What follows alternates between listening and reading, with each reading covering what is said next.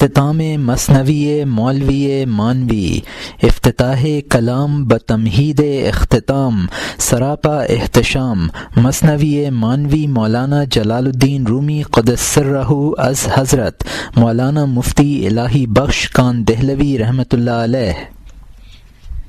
مولانا حسام الدین کے ذوق و شوق کی کشش ہمیں خاتمے کی جانب کھینچ رہی ہے۔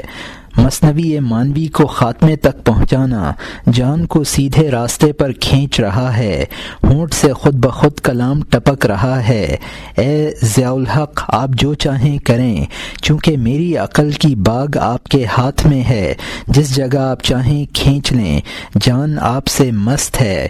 سورج کا عکس جب کسی پانی پر پڑا، پانی نے سورج کی عطا کی داد دی۔ مولانا جلال الدین رومی رحمۃ اللہ علیہ کی روح، جو علم کے سمندر اور معرفت کے برج کے چاند ہیں، جب میرے دل کے کوہ طور پر عکس ڈالا، میرا آب و گل کا جسم نورانی بن گیا۔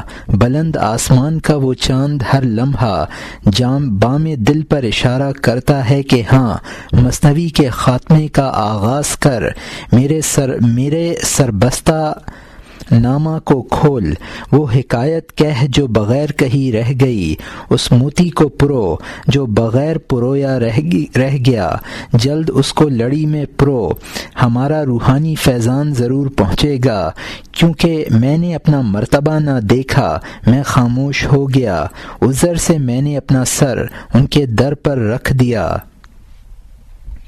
یہاں مترجم نے حاشیے میں لکھا ہے کہ سورج کا جب عکس پانی پر پڑتا ہے تو پانی بھی اس کو نمایاں کرتا ہے، اسی طرح مولانا حسام الدین رحمۃ اللہ علیہ کی روح کے عکس کو جو میری روح پر پڑا میں نمایاں کر رہا ہوں۔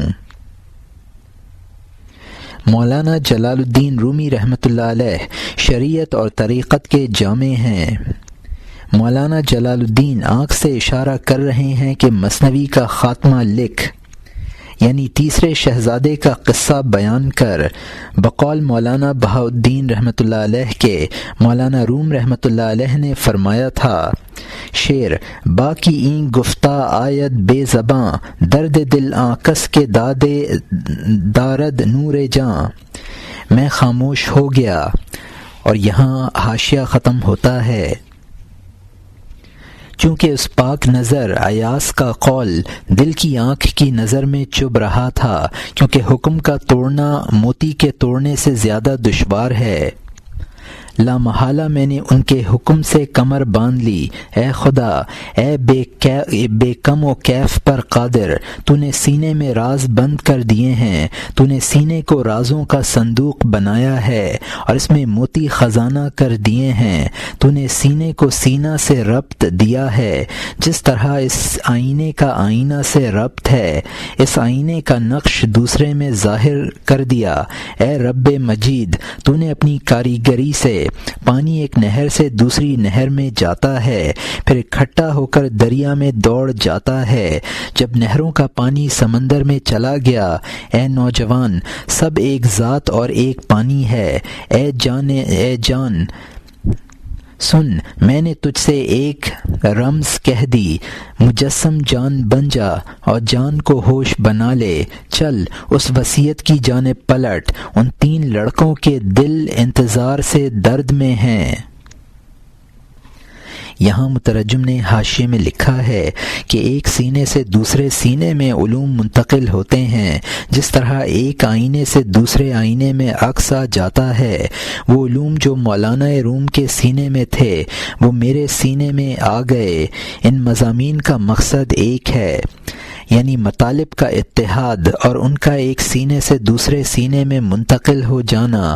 باپ نے مرتے وقت وصیت کی تھی کہ سب ترکہ میری اولاد میں سے سب سے زیادہ کاہل کو دیا جائے، اور یہاں حاشیہ ختم ہوتا ہے۔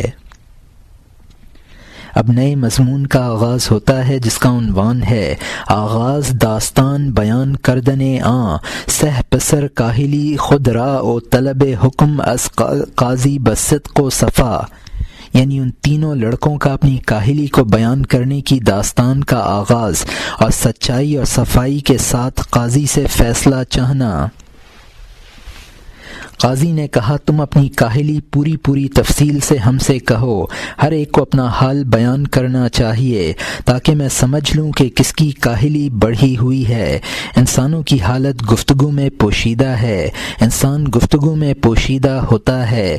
انسان کی جان ایک سربستہ ڈبہ ہے، پھر اس کی کنجی آدمی کی زبان ہے۔ آدمی کو گفتگو سے پہچاننا چاہیے، کشتی کے بغیر دریا میں کون دوڑ سکتا ہے؟ پہلے نے کہا میں یہاں تک کاہل ہوں کہ استاد اور کاہلوں کا کاہل ہوں۔ اے بزرگ، تو ہمارا حال سن لے۔ بارش کی رات تھی اور روشنی مفقود تھی، برف برستی تھی اور بارش اور جاڑا، جہان جمے ہوئے برف کی طرح ٹھنڈا تھا۔ میں پیاسا ہو گیا، میری آگ دھوئیں سے بھر گئی، باطن کی آگ پہاڑ اور جنگل میں جا لگی۔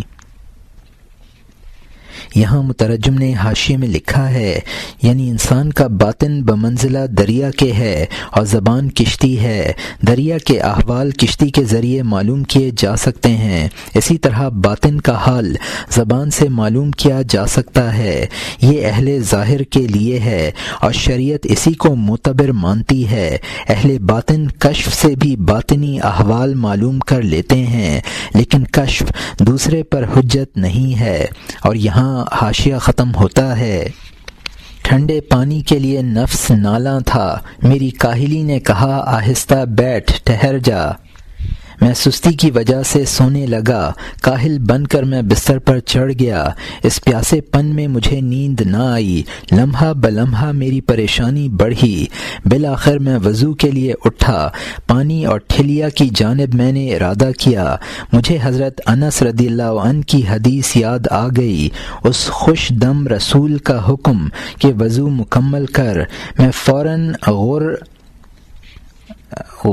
مجھل کا طالب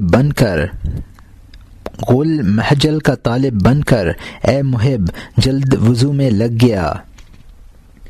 میں نے اس ٹھنڈے پانی سے وضو کی تکمیل کی، اس کی ٹھنڈک نے ہاتھ اور پاؤں بیکار کر دیے۔ مجھ پر کاہلی ایسی غالب آئی کہ اس کا ایک گھونٹ منہ میں نہ ڈالا۔ میں پیاس سے مر رہا تھا اور برف جیسے اعضاء نے ظاہری ٹھنڈک کو باطن پر صرف کیا۔ میں نے کاہلی کی وجہ سے کہا یہ جسم کی ٹھنڈک انجام کار باطن کی گرمی کو دور کر دے گی۔ کاہلی نے پانی پینے سے روک دیا۔ پانی ہاتھ میں تھا اور ٹھنڈک کے اسباب ہاتھ میں، لیکن میرا ہاتھ منہ سے بہت دور تھا۔ کاہلی کی وجہ سے مجھے قدرت کہاں تھی؟ اس نے کہا میں نے اس کی طرف ایک اشارہ کر دیا ہے۔ اے قاضی، اگر تو سمجھدار ہے تو سمجھ لے، زاہد دنیا کے کام میں کاہل ہیں، آخرت کا بوجھ اتارنے میں کامل ہیں۔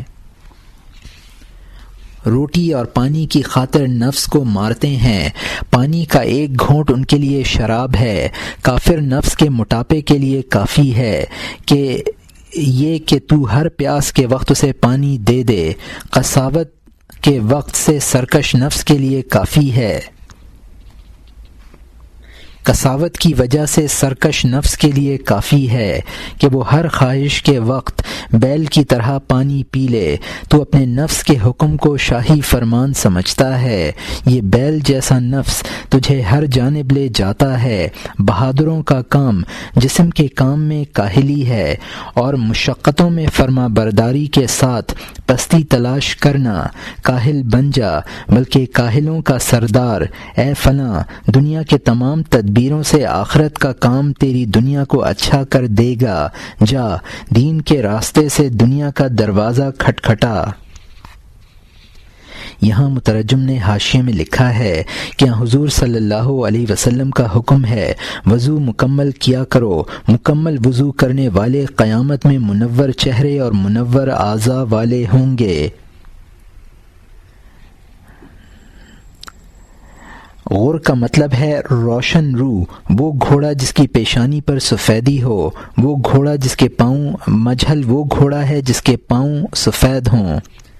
میں نے سستی کی وجہ سے یہ تصور کر لیا کہ یہ بدن کی ٹھنڈک پیاس کی گرمی کو بجھا دے گی، یعنی پانی جس سے پیاس کی گرمی کو رفع کیا جا سکتا تھا۔ نفس کشی کے لیے پیاس کے وقت پانی سے ایسا ہی پرہیز کرتے ہیں جیسے کہ شراب سے پرہیز کیا جاتا ہے، چونکہ وہ نفس کو موٹا کرنا نہیں چاہتے اور اس کے موٹاپے کے لیے یہی کافی ہے کہ تو اس کی خواہش پر پانی پلاتا رہے۔ شاہی فرمان یعنی اپنے نفس کے حکم کو شاہی فرمان کی طرح واجب الاتباع سمجھتا ہے۔ جو اللہ کے کاموں میں لگتا ہے اللہ تعالیٰ اس کی دنیا خود سنوار دیتا ہے۔ اور یہاں حاشیہ ختم ہوتا ہے۔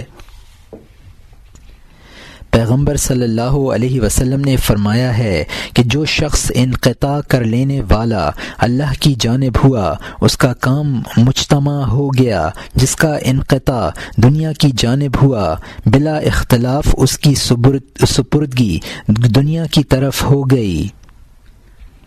اب نئے مضمون کا آغاز ہوتا ہے جس کا عنوان ہے مثال کے طور پر ایک داستان کے آخرت کے کام کو دنیا کے کام پر ترجیح دینا زیادہ بہتر ہے۔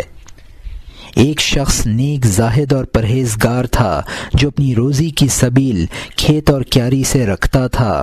اس کا ایک بہت سرکش اونٹ تھا، بارہا بھاگ جاتا، عاجز کر دیتا۔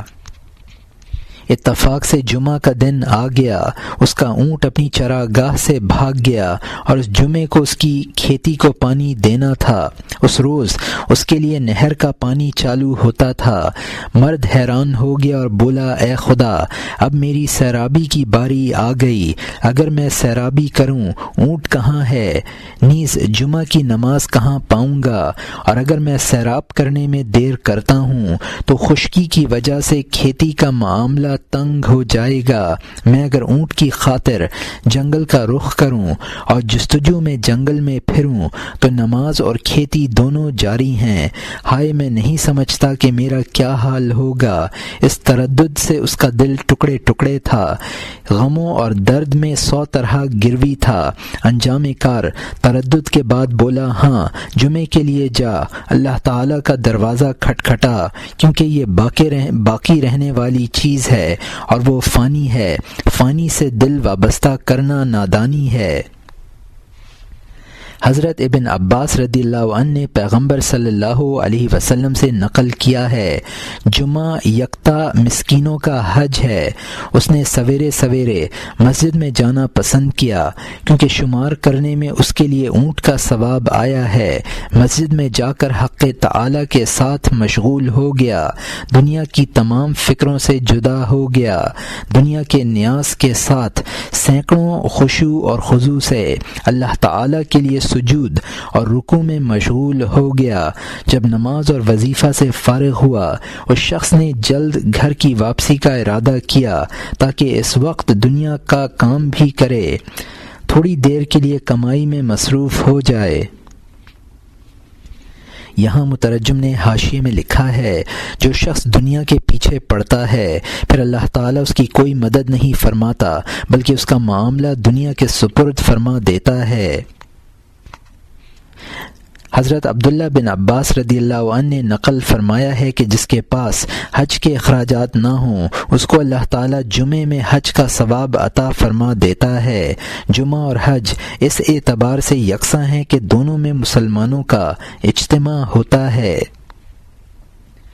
حدیث شریف میں ہے، جو صبح سویرے جامع مسجد میں پہنچتا ہے اس کو اونٹ کی قربانی کا ثواب ملتا ہے۔ اور یہاں حاشیہ ختم ہوتا ہے۔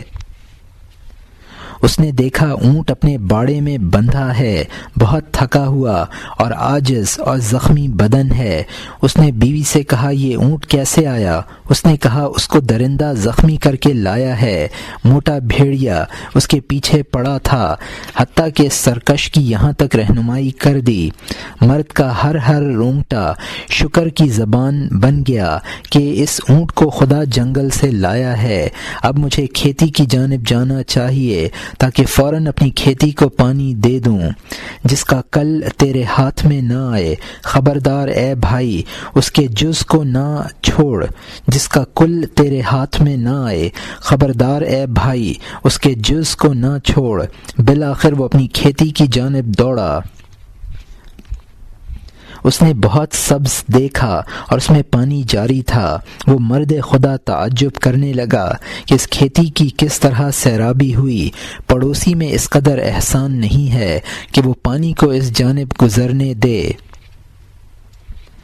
بالآخر اس نے زمین کے پڑوسی سے پوچھا کہ اس کھیتی میں پانی کا چشمہ کون لایا؟ اس نے کہا یقیناً عجیب معاملہ ہے، پانی خود بخود اس جانب پھر گیا۔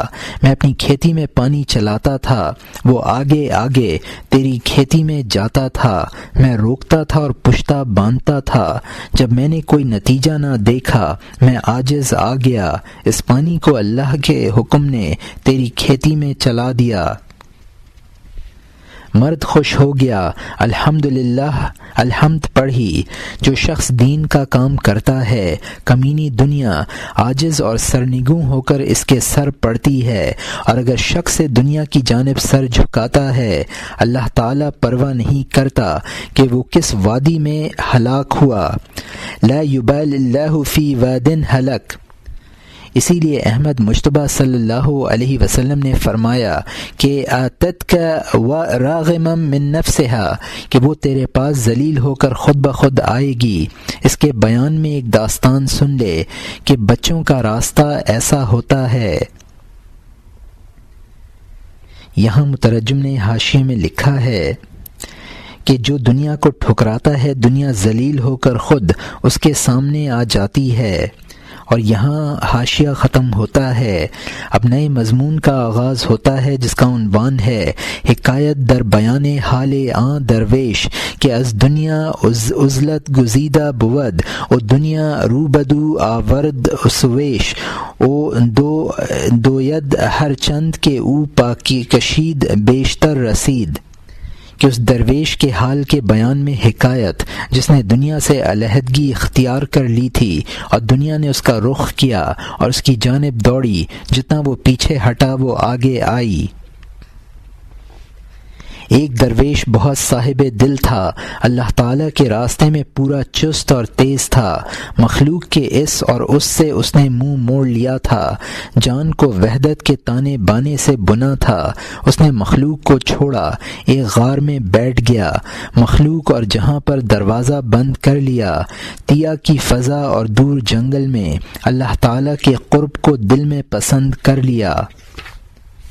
جنگل میں ایک چھپا ہوا غار تھا، عارف اس میں چھپ گیا، اس میں سے کسی وقت برآمد نہ ہوتا تھا، کبھی کبھی ضروری غرضوں کے سوا اس نے جگہ پکڑ لی، جس طرح نبی صلی اللہ علیہ وسلم نے غار حرا میں بے وفا دنیا سے دل برداشتہ ہو کر اس کی خوراک ایک ہفتے بعد درخت کے پتے ہوتے تھوڑے سے کھاتا، صبح تک نہ سوتا، اس صحرا اور دشت میں ایک زمانے تک اسی طرح دین کی راہ کا یہ ہرن آوارہ پھرتا رہا، اور اس آوارگی میں تعمیر تھی، قسم قسم کے انوار کی سہولت تھی، جو اس دنیا سے کٹتا ہے اس جانب جاتا ہے، اس جگہ یعنی دنیا سے علیحدگی آخرت کا وصل بن جاتی ہے، فراق وصل بنا، جدائی جوڑ بنی، شہر ویرانہ ہے، جنگل آباد ہے، یہ دنیا سب الٹا نال ہے، تاکہ خواہ مخواہ کوئی پتہ نہ لگائے،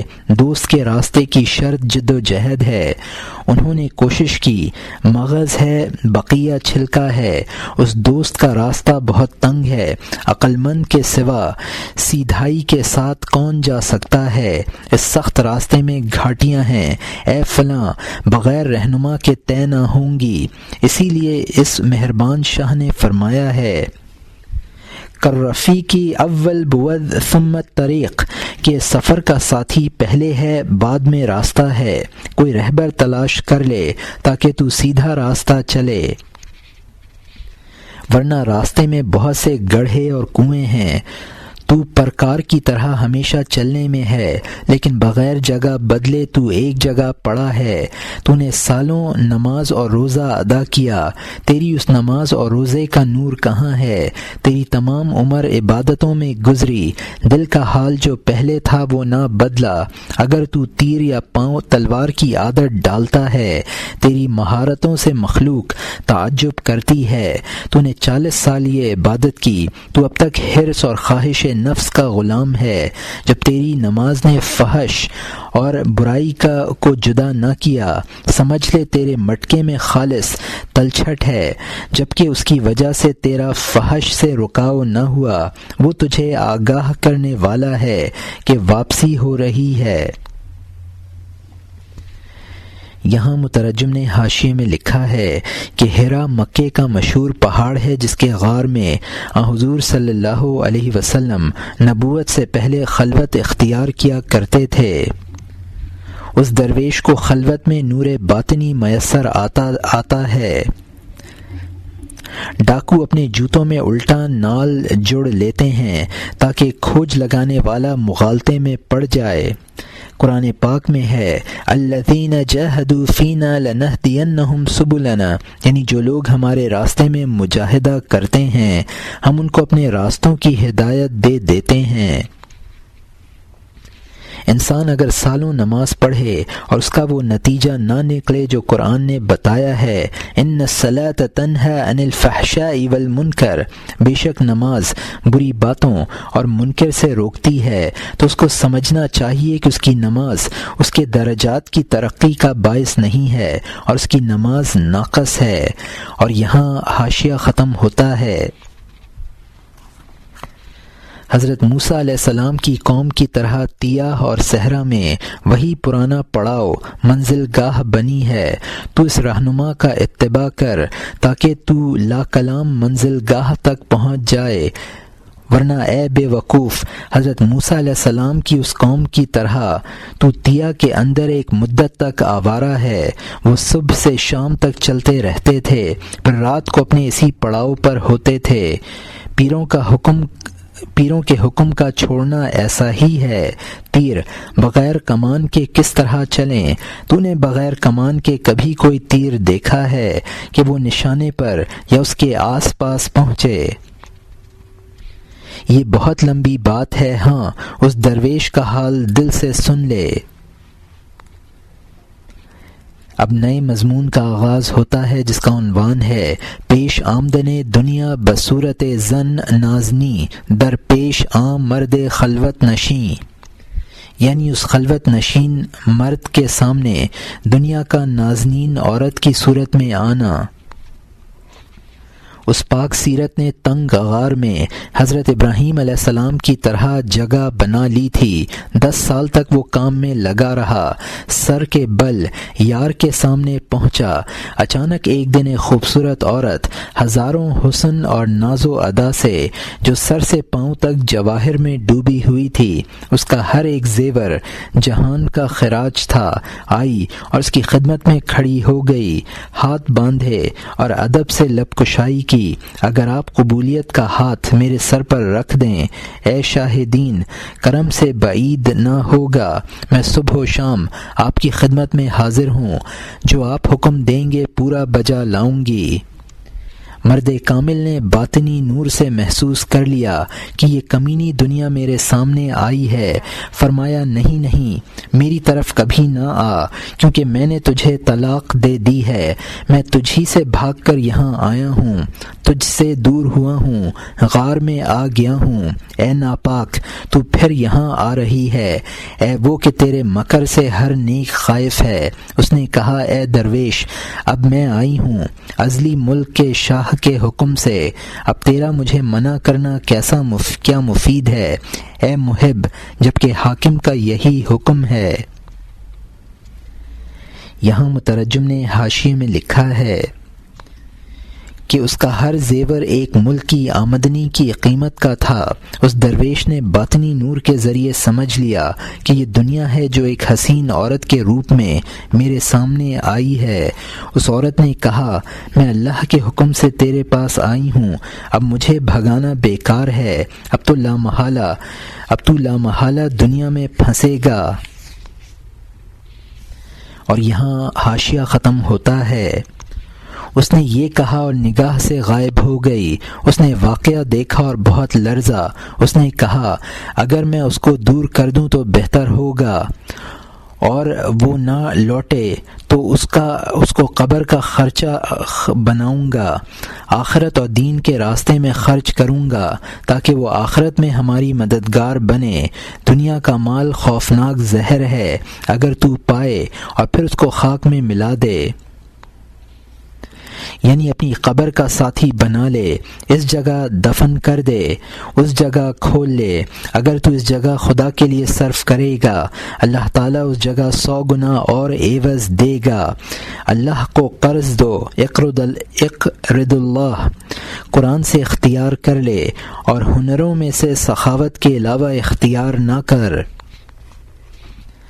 وہ رب مجید جب کوئی چیز چاہتا ہے ظاہر میں اس کے اسباب پیدا کر دیتا ہے۔ وہ فقیر اس غار میں 10 سال تک یاد خدا میں پناہ گزین تھا۔ اس جنگل میں کوئی نہ آتا تھا کیونکہ وہ آبادی سے بہت دور تھا۔ اونٹ اور بیل اور گدھا چرنے کے لیے بھی اس جگہ مطلقاً نہ آتا تھا۔ تقدیر سے 1 سال قحط پڑا، گھاس اور کھیتی خشکی سے فساد میں آ گئی۔ چرواہے چراگاہ کے لیے دور سے ہر زمین کی جانب قصد کرتے تھے۔ چند چرواہے اس کے غار کے پڑوس میں گھاس کی جستجو کے لیے آ گئے۔ گھاس بہت ہے اور چراگاہ بھی اچھی ہے۔ وہ اس جگہ دودھ دینے کے قابل گایوں کو لے آئے۔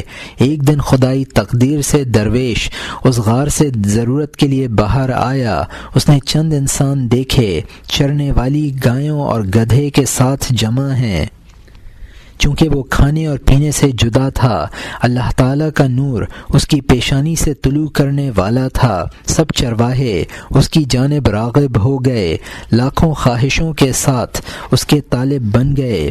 فارغ مرد انقطاع میں یکتا تھا، اس کے سامنے یہ خوشامد بیکار تھی۔ بالآخر عاجزی اور سینکڑوں نیازمندیوں کے ساتھ سب نے اس سے کہا کہ اے پاک باز شاہ۔ یہاں مترجم نے حاشیے میں لکھا ہے، اس درویش نے سوچا اگر دنیا میرے بھگانے سے بھاگ گئی تو بہتر ہے، ورنہ اس کو آخرت کے کام میں لاؤں گا۔ شریک بنا لے، دنیا کا لیا دیا قبر اور آخرت میں کام آتا ہے۔ جب اللہ تعالیٰ کسی بات کا فیصلہ فرما دیتا ہے تو اس کے ظاہری اسباب بھی پیدا کر دیتا ہے۔ چونکہ اس درویش کو دنیا میں مبتلا کرنا تھا تو اس کا ظاہری سبب پیدا کر دیا جس کا ذکر آئندہ آ رہا ہے۔ وہ گائیں جن کو اگر چارہ ملتا تو دودھ دینے کے قابل تھیں، لیکن چونکہ ان کو چارہ نہ ملتا تھا لہٰذا وہ دودھ سے بھاگ گئی تھیں۔ اور یہاں حاشیہ ختم ہوتا ہے۔ اگر تیرا دل کسی چیز کو چاہے تو حکم دے دے تاکہ ہم کن کے حکم کی طرح اس کو بجا لائیں۔ جبکہ درویش نے ان کی خواہش دیکھی اور استغنا اور تکبر سے ان کا گھٹاؤ کہا، اگر دودھ ہو تھوڑا سا لے آ تاکہ سانپ جیسے نفس کا زہر اتاروں۔ انہوں نے ان سے عرض کیا کہ بارش کے قحط سے سب بغیر دودھ کی ہیں، کیا گائے کیا گدھی۔ ہماری اتنی عاجزی اور خوشامدوں کے بعد آپ نے چاہا اور وہ ہمارے پاس نہیں ہے، ہم پر افسوس ہے۔ درویش نے کہا، سب میں سے ایک کو دودھ لے، اللہ تعالیٰ پورا کرے گا، لیکن تو کوشش کر۔ اے عزیز، کام کی شرط کوشش ہے، اگر تجھے تمیز ہے تو کوشش کر۔ پاکیزہ خصلت سید نے فرمایا ہے، المجاہد من یجاہد نفسہ، مجاہد وہ ہے جو اپنے نفس سے جہاد کرے۔ کوششوں کے بغیر کسی نے منزل طے کی ہے، کیا فائدہ؟ تو سرے راہ بیٹھ گیا ہے، جا قدم اٹھا اور راستہ طے کر، اس کے بعد شاہ کے محل میں پڑاؤ کر۔ مسافر کے لیے آرام اور نیند کہاں ہے؟ پریشانی سے اس کا دل مضطرب رہنا چاہیے۔ تو نے خدا کی راہ کو کیوں آسان سمجھا ہے؟ سفر سے دامن کو کیوں سمیٹ لیا ہے؟ جا دامن چھڑا، راستہ اختیار کر تاکہ اے مسافر دونوں پاؤں میں نہ لپٹ جائے۔ منزل بہت خطروں بھری کانٹوں والی ہے، اگر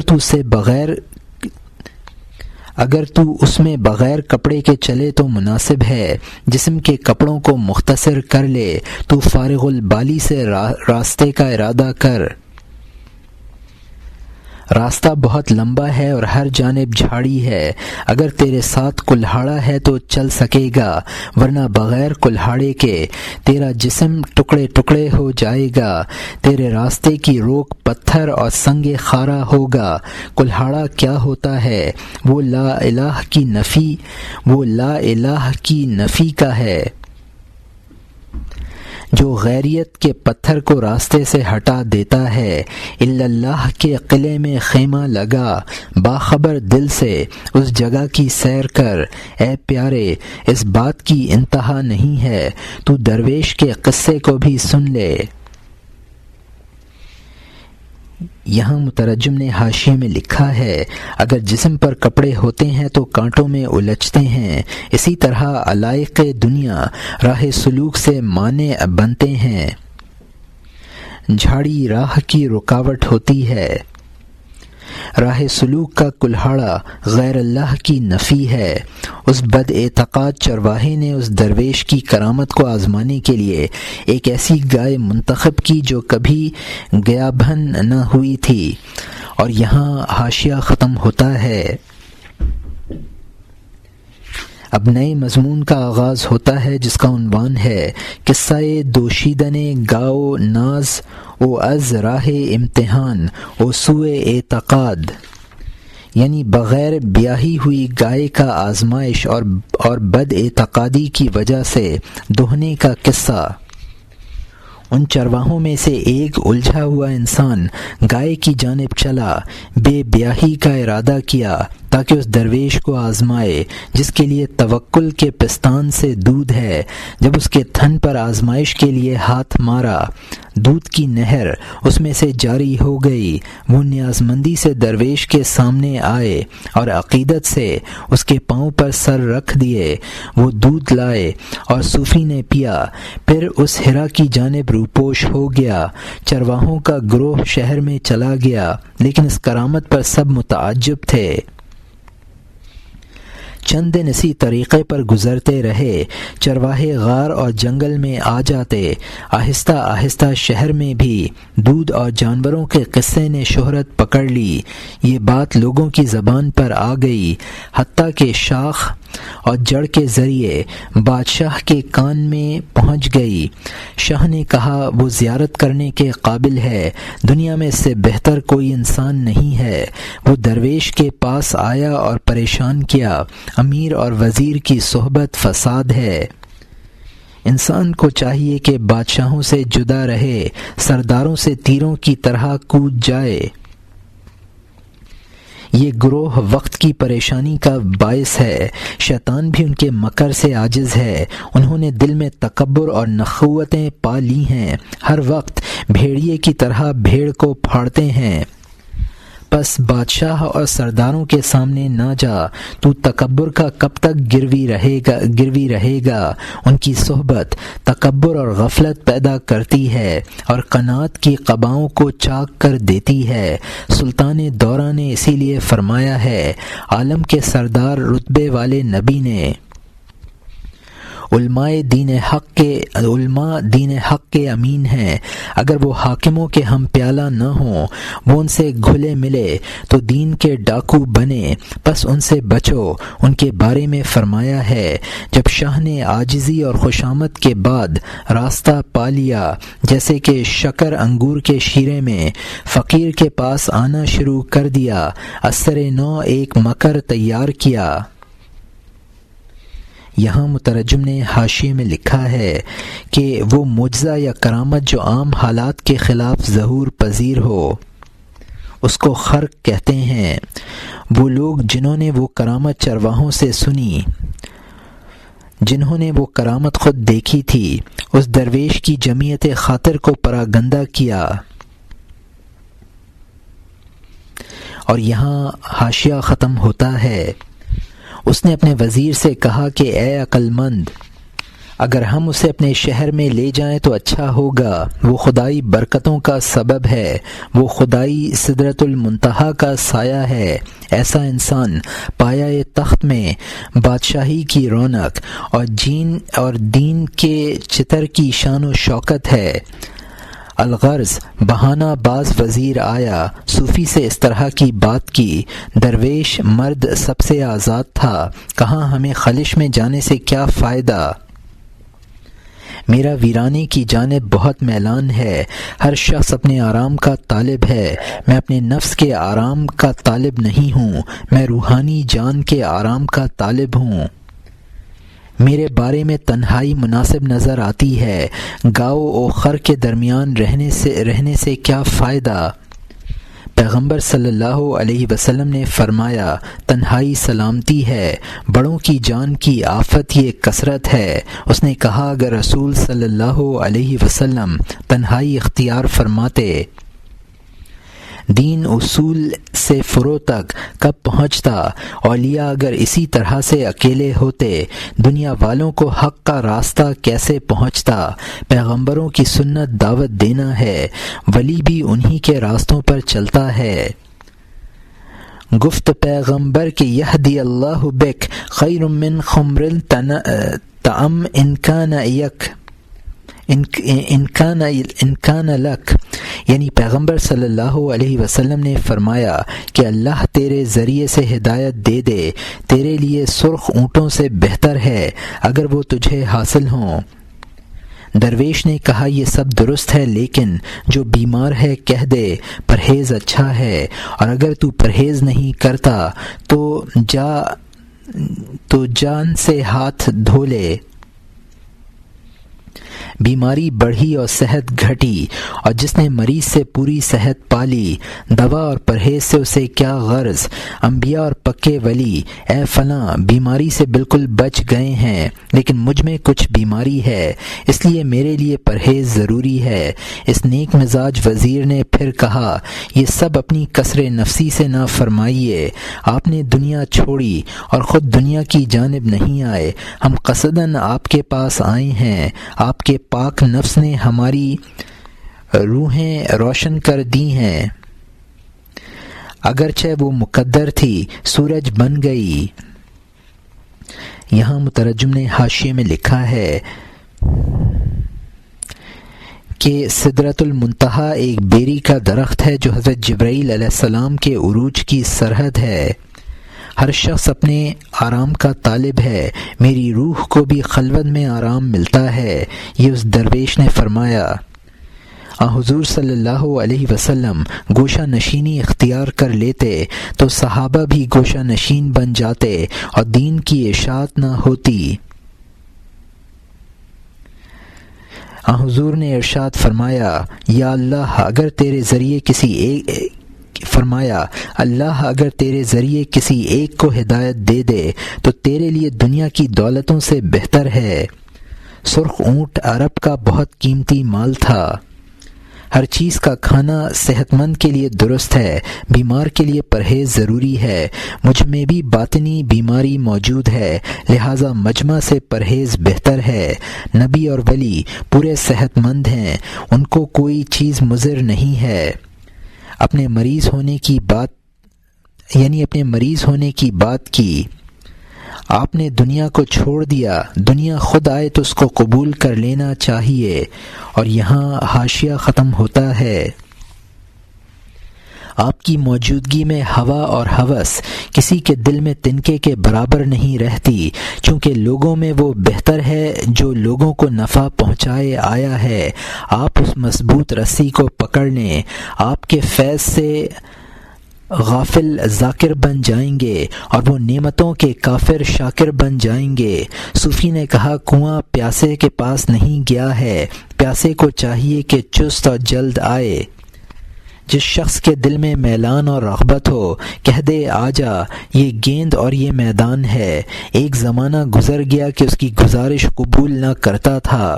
وہ صوفی، وصول اللہ کا چشمہ، بالآخر جب اس نے وزیر کا اصرار دیکھا، اس مرد بصیر نے دل میں ایک تدبیر کی، کہا اچھا آج تیری خوشی کی خاطر راستہ تلاش کرتا ہوا شاہ کے قلعے کی جانب آ جاؤں گا، اس کے بعد جو بھی وقت کے مناسب ہوگا حسب حال عمل میں لانا ہے۔ وہ درویش وزیر کے ساتھ چل دیا سلطان معظم کے دولت خانے کی جانب۔ جب بادشاہ نے اس کو دور سے دیکھا کھڑا ہو گیا، وہ بے خود کی طرح استقبال کے لیے کھڑا ہو گیا۔ اس پیر مرد نے اپنے چھٹکارے کے لیے پتھر پھینکنے شروع کر دیے، بادشاہ کو بے تکلف اس طرح مارے کہ وہ اس بھاری پتھر سے فرار کرنے والا بن گیا۔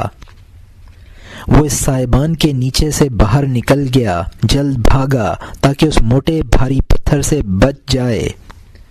درویش مرد نے ہنرمندی سے دیوانہ وار 1 سے 1000 تک پتھر پھینکے۔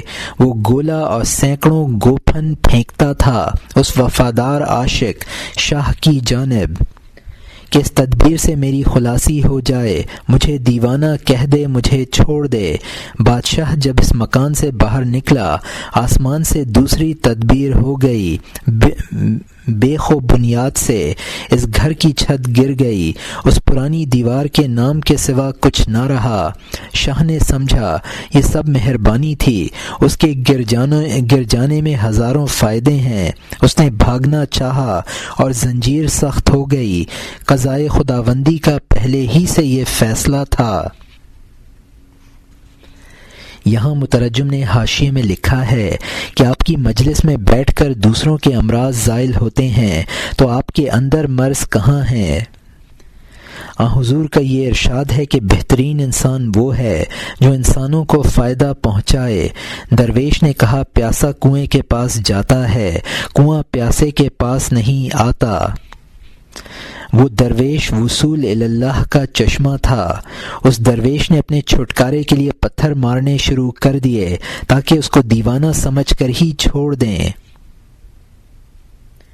دوسری تدبیر جس کا بیان آئندہ اشعار میں آئے گا، بادشاہ نے یہ سمجھا کہ درویش کو چونکہ کشف سے یہ معلوم ہو گیا تھا کہ یہ مکان گرنے والا ہے، لہذا پتھر مار کر مجھے اس میں سے بھگا دیا۔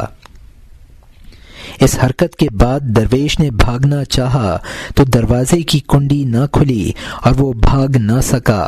اور یہاں حاشیہ ختم ہوتا ہے۔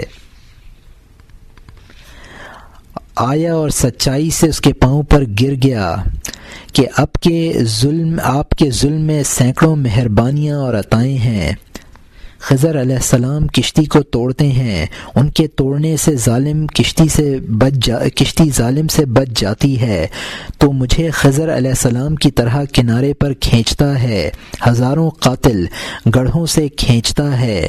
صوفی نے کہا یہ سب خدا کا حکم ہے۔ جب خدا کا حکم ہو گیا تدبیر کہاں ہے؟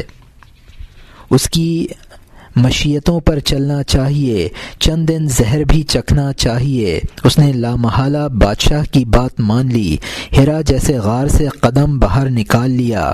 بادشاہ نے عمدہ محل اور ایک خانقاہ بنا دی اور بے شمار موتی اور خزانہ اور جواہر سے نوازا۔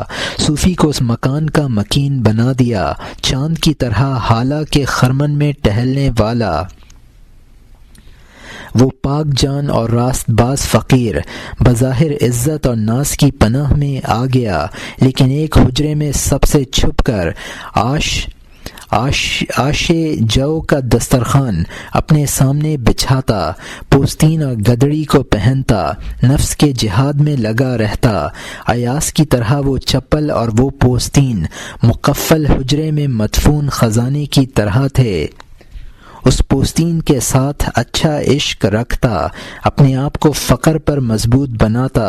اس دولت سے اس کو کچھ حاصل نہ تھا فاضل فقیر پر ایثار کرنے کے علاوہ۔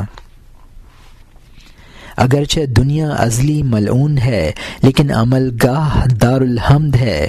دنیا کا مال اگرچہ زہر بھرا ہے، اگر تو مصرف میں خرچ کرے مبارک ہے، اگر تو سخاوت کرے تو اسکندر بادشاہ ہے، تو سکندر بادشاہ ہے، ورنہ تو مردار پر جھپٹنے والا کتا ہے۔ دنیا کے مال کے لیے اگرچہ بقا نہیں ہے، آخرت کے پرند کے شکار کے لیے بہترین ترکیب ہے۔ خدائی آزمائش اور امتحان لے، شیطان کو برا سونا اور چاندی دے دیا۔ خدائی آزمائش اور امتحان نے شیطان کو برا سونا اور چاندی دے دیا۔ عقل مند کے پاس دنیا کا ہونا اچھا ہے، کیونکہ وہ جاہل کے لیے خود زہر اور نقصان ہے۔ جو شخص منتر جانتا ہے اس کو سانپ سے کیا نقصان، سانپ اس کے لیے بے خطر دوست ہوگا۔ یہاں مترجم نے حاشیے میں لکھا ہے کہ حضرت خضر علیہ السلام نے کشتی توڑ کر بظاہر نقصان کیا، لیکن اس میں کشتی کا بچاؤ پوشیدہ تھا۔ جب صوفی کی یہ تدبیر بھی الٹی پڑی تو دل میں سوچا کہ یہی خدا کا حکم ہے، میں اس بادشاہ کے ساتھ رہنا شروع کر دوں۔ چاند اور سورج کے چاروں طرف روشنی کا دائرہ جو نمایاں ہوتا ہے اس کو حالہ یعنی خرمن ماہ کہا جاتا ہے۔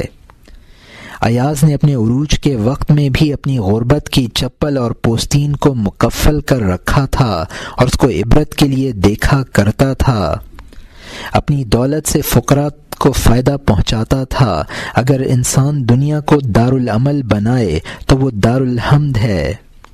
اللہ تعالیٰ نے شیطان کو انسان کی آزمائش کے لیے یہ تصرف دے دیا ہے کہ وہ چاندی سونے سے جو نفس الامر میں بیکار چیز ہے انسان کو پھنسا دیتا ہے۔ اور یہاں حاشیہ ختم ہوتا ہے، اور اگر تو منتر نہیں جانتا اس کے گرد نہ گھوم تاکہ تو بغیر چنگ کے اپنی جان نہ ہار دے۔ اب نئے مضمون کا آغاز ہوتا ہے جس کا عنوان ہے اس حدیث کے معنی کا بیان کہ دنیا آخرت کا کھیت ہے اور اس کی تفصیل۔ اسی لیے احمد مجتبیٰ صلی اللہ علیہ وسلم نے فرمایا یہ سرائے آخرت کا کھیت ہے۔ اگر تیرے ہاتھ سے ہو سکے تو بیج بو تاکہ حساب کے دن تو کھلیان اٹھا لے، اور اگر تو نہ بوئے تو قیامت کے دن مفلس ہے۔ تو ٹوٹے میں بے مقصد اور نقصان اٹھانے والا بن گیا۔ بیج بو اور پانی بھی چھڑک تاکہ کاٹنے کے دن تو اس کی پیداوار اٹھائے، اور اگر تو نہ بوئے گا تو اس سے کیا اٹھائے گا۔ محشر کے دن اے ستمگار اور اے سرکش، تو نے کبھی من یعمل قرآن میں پڑھا ہے؟ تو ایسا کاہل کیوں پڑا ہے؟ اس کا پاک حکم شرًا یرا ہے، پھر نیکوں کے لیے خیرًا یرا ہے، اور اگر تو پانی نہ چھڑکے گا بیج سوکھ جائے گا۔ وہ سب تکلیف اور تھکن لغو تھی۔ اے جوان، آنکھ کے چشمے سے پانی دے تاکہ تیری کھیتی سبز اور کامیاب ہو۔ اے میری جان، چور سے بھی غافل نہ رہ تاکہ وہ بدفطرت کچی نہ کاٹ لے۔ چور عوام کو یہ نگاہ سے چھپا ہوا تیری کھیتی کی فکر میں صبح و شام دوڑتا رہتا ہے، بس تمام رات حفاظت کر، خیال رکھ تاکہ چور اس کو درانتی سے نہ اکھاڑ لے۔